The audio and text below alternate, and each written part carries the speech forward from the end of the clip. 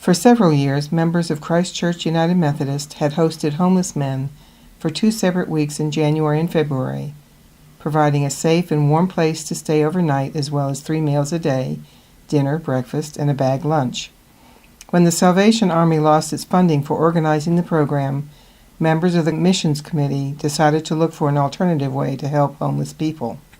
The answer came from Doris Russell, UMW president, who attended a Church Women United meeting at which a presentation was made about Casa Paloma, a program for women who are homeless.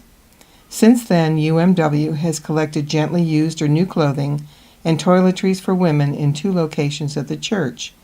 In a year and a half, we have donated about $5,000 worth of items. I met with Kay Wolferstetter, Director of Housing Services at Primavera, recently and asked her some questions. Who is your clientele? We designed this program to help women specifically who might be in domestic violence issues and are also sleeping in the washes or are homeless and maybe also dropping in on couches and they don't have income.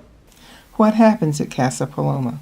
The program provides a meal, a breakfast, a shower, and they can do their laundry free of charge. All that is free.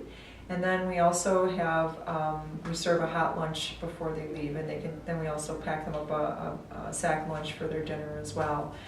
We also have a clothes closet where they can certainly go in and try to see something if something fits. A lot of women actually are coming in and actually doing some, going for interviews. So we have some higher end clothes that they can actually use those.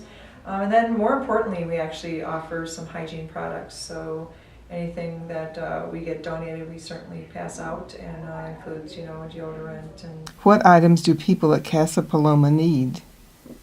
And again, we so appreciate all that you're doing for us. Again, without organizations, any volunteer organizations that are helping us out, there's no way we could run. Well, there's no way we'd be open. That's really a fact.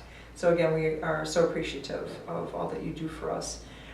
So more specifically, in the wintertime, we need warmer clothes, some jackets, some shoes, boots. That would be certainly very, very helpful for our folks who are, some who choose to stay homeless, and some who are still trying to figure out that way to get housed. So again, it gets pretty chilly at night. So even in Tucson. In what ways could volunteers be helpful?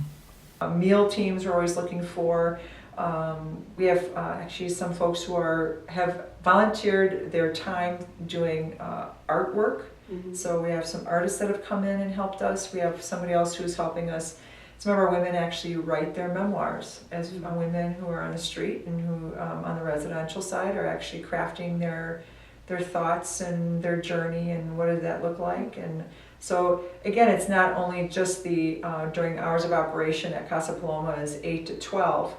But again, we have other volunteers coming outside of those hours, providing so much more. We also have a very large garden at that location, and so we are always looking for somebody who has a green thumb, that is not me, to help out with that as well.